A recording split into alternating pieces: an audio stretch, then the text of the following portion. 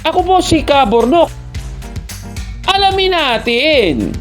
Kaya bago muna natin simulan ang ating episode ngayon, iniimbitahan kita na isubscribe itong ating bagong YouTube channel, Factbusters PH, dahil yung lumang channel natin ay nahack po mga kapatid. Kawawa naman tayo, no? Pero pati rin sana ang isa pa nating YouTube channel, Takasuri PH. Paki-subscribe din yan mga kababayan. Ako naman, sige.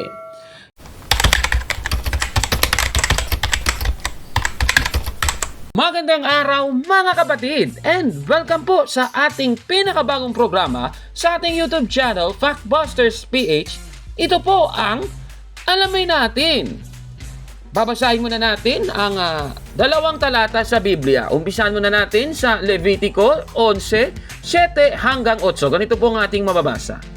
Ang baboy, biyak nga ang kuko, ngunit hindi naman ngumunguya ng pagkain mula sa sikmura. Kaya hindi ito dapat kainin. Huwag kayong kakain ng karne, ni hihipo man ng bangkay ng mga hayop na ito. Marurumi ito para sa inyo. Dito po sa ating unang talata na binasa, hindi po daw pwedeng kumain ng karneng baboy. Ito pang isang talata, Deuteronomio 14:8. Ganito po ang sabi. Ang baboy ay dapat ding ituring na marumi, sapagkat biyak man ang kuko. Hindi naman ito ngumunguya ng pagkain mula sa sikmura. Huwag ninyo itong kakainin ni hahawakan ang kanilang bangkay. Ganun din po sa pangalawang talata na ating binasa. Hindi daw pwedeng kumain ng karneng baboy mga kababayan. Tanong, bakit kumakain ang mga Katoliko ng karneng baboy? Kahit na ipinagbawal na ito ng lumang tipan na ating binasa kanina mga kapatid. Yan po ang ating aalamin, itong tanong ni Lourdes Lot mga kapatid na isinend niya via our email address factbustersph@gmail.com. Ganito yung kanyang mensahe. Good morning po Kabornok. Kamusta po kayo? Tanong ko po, bakit daw tayo kumakain ng karneng baboy? Gayong bawal daw po ito ayon sa Biblia, sabi ng mga Muslim. Salamat po sa mga turo at naway masagot ang tanong ko. God bless po. Maraming salamat kay kapatid na Lourdes Lot sa iyong napakagandang katanungan. Para masagot ang katanungan, alamin natin kung bakit ang mga Katoliko sa kasalukuyan ay hindi na po ipinagbabawal ang pagkain ng karneng baboy. Ito tingnan natin ang sagot base po sa Biblia mga kapatid. Sa lumang tipan, atras muna tayo sa panahon ni Noe. Pagkatapos nilang dumaong mula sa matinding baha, ay mababasa natin sa Henesis 9:2 at 3 ang ganito. Matatakot sa inyo ang lahat ng hayop, pati mga ibon, ang lahat ng gumagapang sa lupa at ang mga isda, gaya ng mga halamang nuntian na inyong kinakain. Lahat na mga ito'y maaari na ninyong kainin. Ibig sabihin mga kapatid, bago pa man ang panahon ni Moises ay pinapakain na po ang mga hayop kagaya ng karning baboy mga kapatid. So maliwanag po yan. Pero sa panahon ng pagdating ng 10 utos sa pamamagitan ni Moises at yung iba pang mga batas na all in all 613 po lahat yon. At itong 613 na mga batas at alituntunin sa panahon ni Moises ay pwede po nating hatiin sa tatlo yan. Yung tinatawag na moral law, yung ceremonial law, at yung civil law. At ito pong mababasa natin sa Levitico 11:7 hanggang 8 at itong nasa Deuteronomio 14:8 na ating binasa kanina. Sila po ay kabilang sa tinatawag na dietary law. Ngayon, itong mga dietary laws po sa panahon ni Moises, sila po ba ay nanatili sa panahon ng Kristiyano at ng ating Panginoong Jesucristo? Isa po sa mga nangyari noong si Kristo ay may ipinaliwanag tungkol po sa isang parabola, ay mababasa po natin sa Marcos 7:18 hanggang 19 ang ganito. Pati ba naman kayo ay hindi pa rin makaunawa? Tanong ni Jesus. Hindi ba ninyo alam na hindi nagiging marumi ang isang tao dahil sa pagkain ipinapasok niya sa kanyang bibig? Sapagkat hindi naman iyon pumapasok sa kanyang puso, kundi sa tiyan, at pagkatapos ay idinudumi. Sa ganitong paraan ay ipinahayag ni Jesus na ang lahat ng pagkain ay maaaring kainin. Maliwanag po sa ating nabasa, mga kababayan. Pwede na pong kainin ang lahat ng pagkain, mga kababayan. Wala pong ipinagbawal. E tanong, bakit nasabi ni Kristo na ang lahat ng pagkain ay pwede nang kainin kahit na ipinagbawal ito noon sa panahon ni Moises, mga kapatid? Ang sagot ay ganito. Sa Hebreo 11, may binabanggit po na mga kautusan na tinatawag na anino ng mabubuting bagay na darating, mga kapatid. E tanong, ano ba itong kautusan na siyang anino ng mabubuting bagay na darating, mga kapatid? Babasahin po natin ang Kolosas, Kapitulo 2, versikulo 16 hanggang 17. Ganito po ang ating mababasa. Kaya nga, huwag na kayong padadala sa mga tao na nagsasabi sa inyo kung ano ang hindi dapat kainin o inumin, o kung ano ang dapat gawin tuwing kapistahan, pista ng pagsisimula ng bayan, o araw ng pamamahinga. Anino lang ang mga ito nang inaasahan noon na darating, at si Kristo ang katuparan nito. Napakaliwanag po, mga kababayan.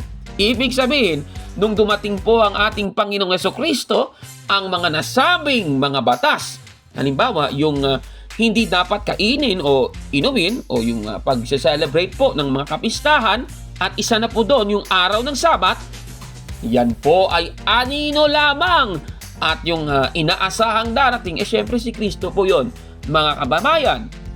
Ang mga dietary law pala na ating binasa, yung mga dapat kainin o hindi dapat kainin, natigil na po yan dahil anino ito ng isang inaasahang darating. At yan po ay ang ating Panginoong Jesucristo, mga kababayan. Tanong, bakit sa panahon ng Kristyanismo pwede na kumain ng karneng baboy kahit na ipinagbawal ito sa panahon ng mga Hudyo, mga kapatid? Ang sagot, mababasa po natin yan sa Efeso 2:15. Ito yung babasahin natin, yung salin na The Voice Bible. Ganito po ang sabi. He offered His body on the sacrificial altar to bring an end to the laws, ordinances, and dictations that separated Jews from the outside nations. His desire was to create in His body one new humanity from the two opposing groups, thus creating peace. Dito po sa ating binasa, mga kababayan, inalay po ni Kristo ang kanyang buhay. At ano po ba ang naging epekto nito? Ang sabi dito, to bring an end to the laws, ordinances, and dictations that separated Jews from the outside nation. Ibig sabihin, mga kababayan, yung mga batas pala na humihiwalay sa mga Hudyo at sa mga Hentil, siyempre yung mga Hentil, kumakain ng kahit ano yan, pero yung mga Hudyo, bawal kumain ng baboy. Yung batas na yon, kagaya ng dietary law, pinatigil na po ni Kristo yan pagkatapos niyang mamatay sa krus, mga kababayan, di ba? O klarong-klaro. At ito po yung dahilan bakit natigil yan, para mabuo ni Kristo ang isang taong bago. Maliwanag, in His body, one new humanity, mga kababayan. Ibig sabihin, noong namatay si Kristo sa krus, ipinatigil na niya ang mga batas na nagpapahiwalay sa mga Hudyo at mga Hentil para mabuo ang isang bagong katawan, yung one new humanity. Tanong, ano ba yung tinutukoy ni Apostol Pablo dito sa in His body, one new humanity? Ang sagot, Efeso 1:23. Yan po ay tumutukoy sa kanyang iglesia, mga kababayan. Ibig sabihin, para mabuo ang iglesia mula sa pagsasanib ng mga Hudyo at mga Hentil, kailangang ipatigil ni Kristo ang batas na magpapahiwalay sa Hudyo at Hentil. Mga kababayan, maliwanag po talaga sa nakasulat na ito sa Kolosas 2:16 hanggang 17. Mga kapatid, at kabilang na po ang pagkain ng karneng baboy, mga kapatid? Tanong, anong iglesia ang nabuo mula sa pagsasanib ng mga Hudyo at mga Hentil na dahil dito, kailangang ipatigil ni Kristo ang batas na magpapahiwalay sa Hudyo at Hentil? Babasahin po natin ang Efeso 2.15, pero yung salin ay Baxter Bible. Ganito po ang sabi, He hath abolished the law of Moses, which contained ordinances, ceremonial, typical, and political, with severe penalties, and maketh us all one Catholic Church, united in Himself, the head. Maliwanag po yan, mga kababayan. Ibig sabihin, yung iglesia pala na binuo mula sa Hudyo at mga Hentil, yan po ay ang Iglesia Katolika. At para mabuo ang Iglesia Katolika, kailangang ipatigil ni Kristo ang batas.